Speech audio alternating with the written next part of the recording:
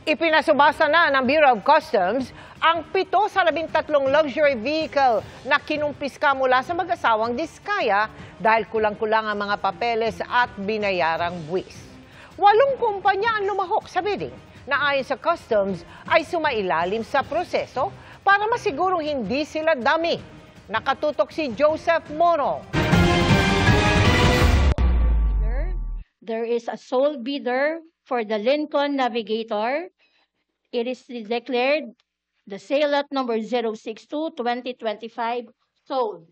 Isa yan sa 7 luxury vehicles na isinubasta sa public auction ng Bureau of Customs. Nakuha yan ng kumpanyang Les Central Jewelry sa bid price na 7.1 million pesos. Binayaran niya ng winning bidder ng cash na nakalagay sa mga backpack. Ang mga bundle-bundle ng pera idinaan pa sa money counter. For the sale lot number 062-2025, the winning bidder is Les Central and paid the full amount of 7,100,000 pesos. Ano niyo yung sasakyan? Ay, hindi. Lutusan lang po ako ni boss. Ako lang pinabili. Gagamitin po yata. Personal? Personal. Okay. Gusto niyo talaga yung mga Lincoln? Hindi naman po. Gusto niya yung history. Oh. Kabilang ang naturang sasakyan sa 13 luxury vehicles na kinumpiska ng Bureau of Customs sa mag-asawang Curly at Sara Diskaya na kulang-kulang ang mga papeles at ibinayad na tax. 7 sa mga sasakyang yan ang isinubasta. Pinakamura sa pinabid ay nasa 5 milyong piso.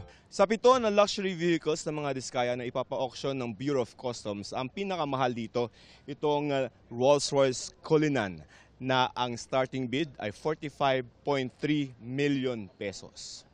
Magkano itong payong? Ilang milyon itong payong? Kasamang isinabasta ng sasakyan ang sumikat na payong na dahilan umano ni Sara kung bakit niya binili ang sasakyan. Lahat ng ibebenta ngayon, pera nating lahat to eh.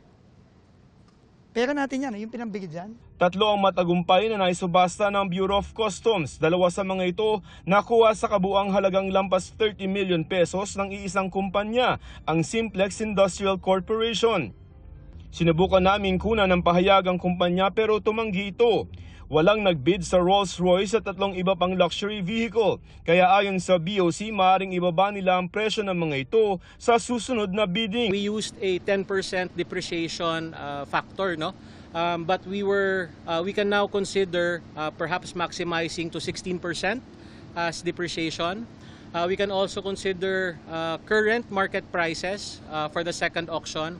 8 kumpanya ang nagbid kanina na ayon sa BOC ay kanilang vinet o siniguro na malinis sa pamamagitan ng paghingi ng income tax return mula sa Bureau of Internal Revenue. Establishing the purchasing power of the bidder to make sure na hindi sila dami, no? Na kumuha lang ng isang taong kakilala at sasabihan na bibigyan siya ng pera at mag-participate sa auction. 38 million pesos o wala pa sa kalahati ng target na 103 million pesos ang nakolekta sa auction na iririmit ng BOC sa National Treasury. Hindi yan maiiwan sa BOC.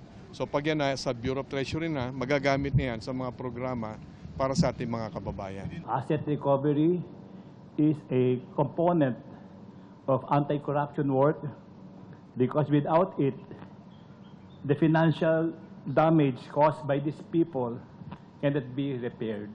These 7 luxury vehicles were purchased with flood control money.